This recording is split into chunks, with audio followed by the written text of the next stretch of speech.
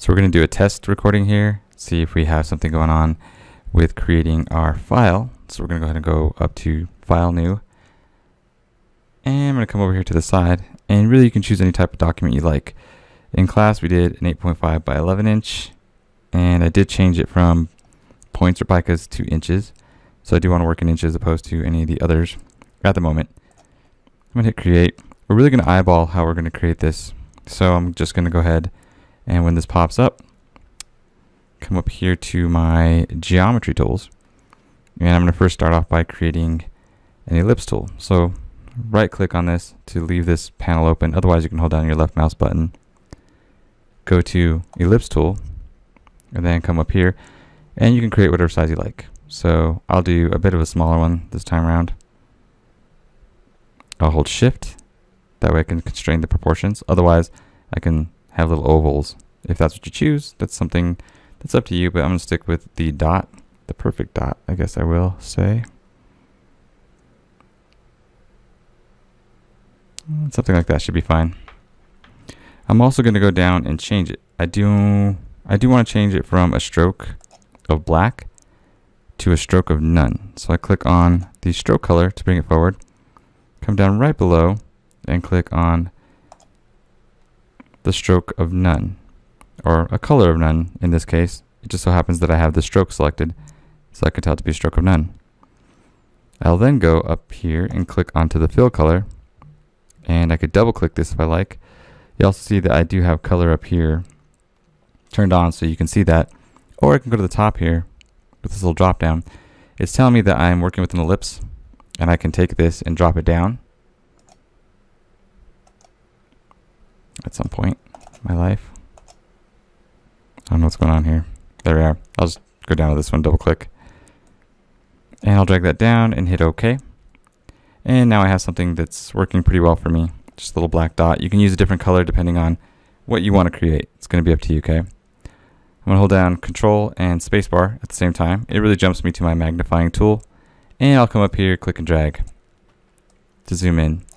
I'll release Control, hold down Spacebar, gives me a little hand tool, and then I'm able to just move my canvas around, or my work area around. I'm going to place this, and there's really no reason for me placing it here except for the fact that I do know that I'm going to line it up here anyhow. So it looks pretty alright. To make a duplicate, I could either do edit copy and then edit paste, but I like to use the hotkeys. So what I'll do here is I'll just hold down Alt or Option if you're on a Mac.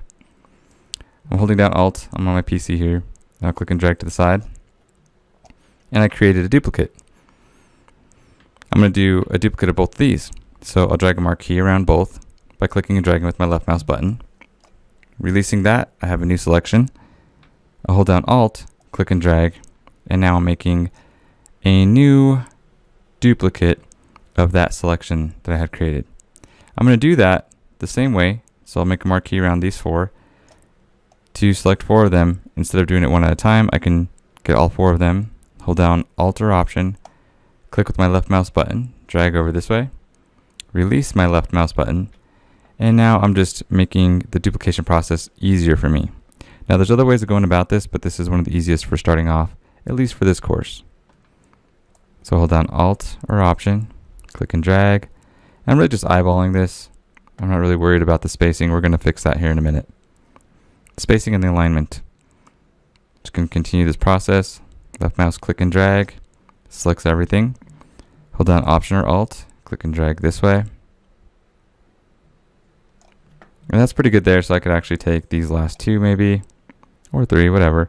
If I have too many, I could always, let's do an example of just selecting that big section.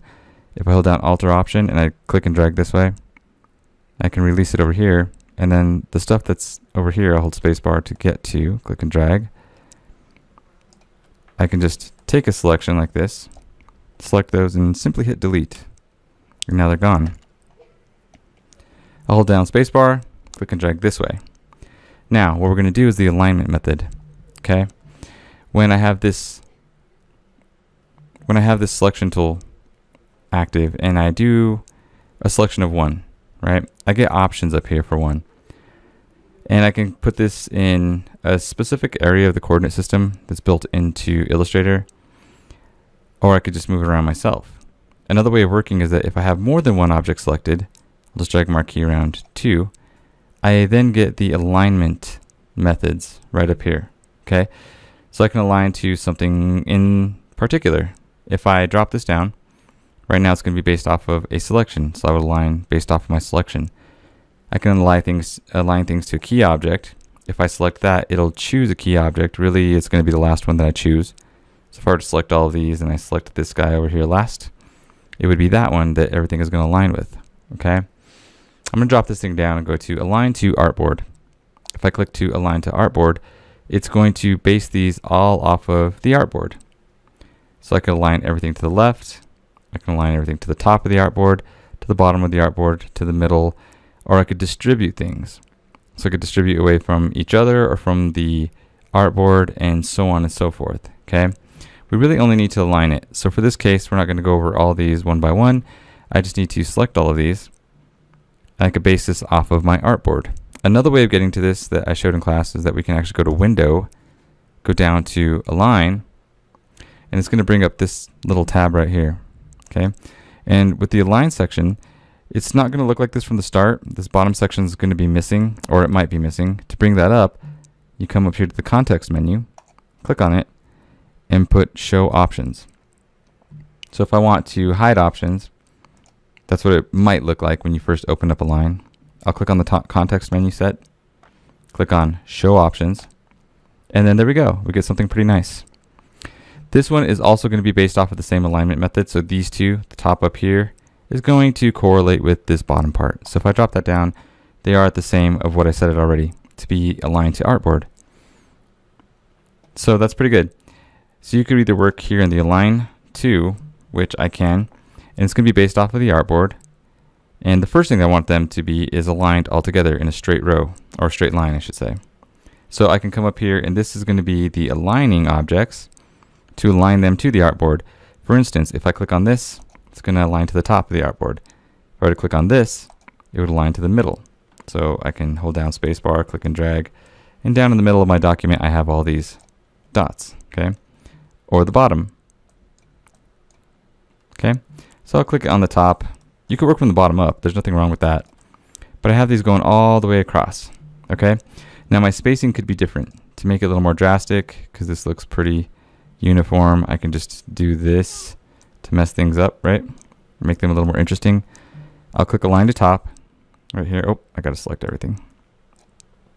Align to the top of the artboard. So everything's in a straight line this way. Now I can distribute them. Now again, I will be distributing them based off of the artboard. So to pay attention to that, I'll come to this section here where it says distribute them basically from the left and to the right. And that's going to be off of our artboard. So right here, this edge and this edge. And when I click it, it's going to align them based off of the edges. So you see that these two end dots are touching the edges. Everything in between is spaced evenly. So that's pretty good. This other one's going to be the next thing that we do, and it's going to be aligning it to the top and the bottom. To do that, we're going to make duplicates. So we want this to act, all of these dots to act as one object. And in order to do that, having them selected, we're just going to go up to the top here, go to Object, down to Group, and now I have a group. The group means that they'll act as one object when I select one of them. So when I click on one of them, all of them act as though they're selected. It's acting as one object. It would rotate that way, like a big propeller, and so on and so forth. But right now, I just need to be able to select them. And I'm going to duplicate them the same way that I did with the one dot. And the way that I did that is that with my selection tool active, I'll come down here, hold down Alt, click and drag. Okay. And as I'm clicking and dragging, this is going to be a duplicate. I'll add Shift to the mix, so hold down Shift, and that aligns it, that locks it to what the first one I created is aligning it to where they are, up and down, or if I were to go left and right, they're perfectly aligned. I could also go at a 45-degree angle, so I can go this way, and it locks it at a 45-degree angle. Okay, but I'll just go straight up and down, and now they're still perfectly aligned, and I'm still just going to eyeball this. So I could do something like that, for instance. And then what I'll do is I'll drag a marquee. I only need to incorporate a part of one of these groups, okay? And what it does is it selects the group. So each group is selected.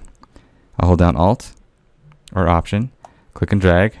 I could add Shift to the mix to constrain it. Release my left mouse button first when I'm happy with that. And then I'll just continue to do that. So I released my left mouse button first, then my hotkeys, okay? So I'll do it again. I'll click and drag right here, cross over those, hold down Alt or Option, click and drag with my left mouse button, hold down Shift, that constrains it, right, to align, and I'll just keep doing that. Left mouse button, click and drag for my selection, Alt or Option, click and drag down. I could add Shift to the mix to keep it aligned, release my left mouse button, release my hotkeys, and just keep going. You can use your scroll mouse if you're using that on your keyboard. Otherwise, you're probably going to have to hold down spacebar, especially if you're using the tablet with a pen or the Cintiq. Spacebar, click and drag downward. Or you can zoom out at this point. You can hold down Control minus key, right? Control plus key to zoom in. Or you could do how we did before, holding down Control and spacebar, or Command and spacebar. On Apple, you probably want to hold down spacebar first, then Command, so you don't bring up a different window. And you can click and drag to the right to zoom in or dolly in. Click and drag to the left to zoom out or dolly out. Okay. And then release everything. I'll hold the spacebar down, drag this down this way. This is still a selection, so I'll hold down Alt and I'll click and drag this downward, holding Shift as well. And I'll do one more selection here. It looks like that might do it. I'm going to come up here and click and drag, holding down Alt. And I'm going to hold down Shift. And then release. Okay. All of the excess, all I have to do is drag a marquee. Even just around part of it is fine. Something like this. Then I can hit delete. Now, I may have an extra row in here because you're going to see that I do not have the spacing in between here with which to give it any room. So I could take this one row and delete it just to see what it's going to give me. I'm going to zoom out or dolly out if you prefer. Click and drag to make a selection. And I'll distribute those evenly by coming down here to my line. I could do it up here as well. But I'm going to come down here to my line. And actually I don't see the distribute spacing up here. I'm not sure if there's something else we have to drop down. So I'll just go down to the align. And again, if you didn't see this, you have to go to the context menu right up here. Okay, hide options or show options. I'm going to distribute it from top to bottom. That's this one here. So I have to have my selection, which is all of those rows. I'll click it, and now they're distributed evenly. Now let's see if I have some spacing in there. Hold down Control spacebar or Command spacebar. Not enough spacing. This is a little tighter than this, okay? So you could choose to keep that. It's really up to you, but I'm going to go ahead and get rid of one more row here. So I'll just click on one of them. If you get this, you're singling out a row or singling out an object. I don't need that, so I'll click off where there's nothing to deselect everything. Click on this to select it and hit delete. Drag a marquee around part of each one of these things so that it is all selected, and I'll distribute them from top to bottom. Now let's check this. That's pretty close. I could probably get rid of one more because the spacing between here and here is a little greater than this. Okay. Let's try it again. Click off to the side, deselect. You could even go up to select, down to deselect. They'll deselect all. Or the hotkey, right? We like hotkeys. So select down to deselect, which is Shift Control A. So I'll come over here, select that, hit delete. Hold my left mouse button down, select all of those, and I'm going to distribute them from top to bottom. That's looking pretty good. Let's see here. Pretty good. I probably could do one more, but I think I'm happy with that at the moment. I think you get the idea. The next thing that I need to do is that I want to be able to either cover these up individually or delete them individually to make the shapes that I'm going to make. So what I'll do is I'll drag a marquee to select all of the groups again. When they're all selected, we're going to ungroup them. It's as simple as going up to Object, down to Ungroup. There. The magic is done. And now we can select anything that we want here and just simply hit delete.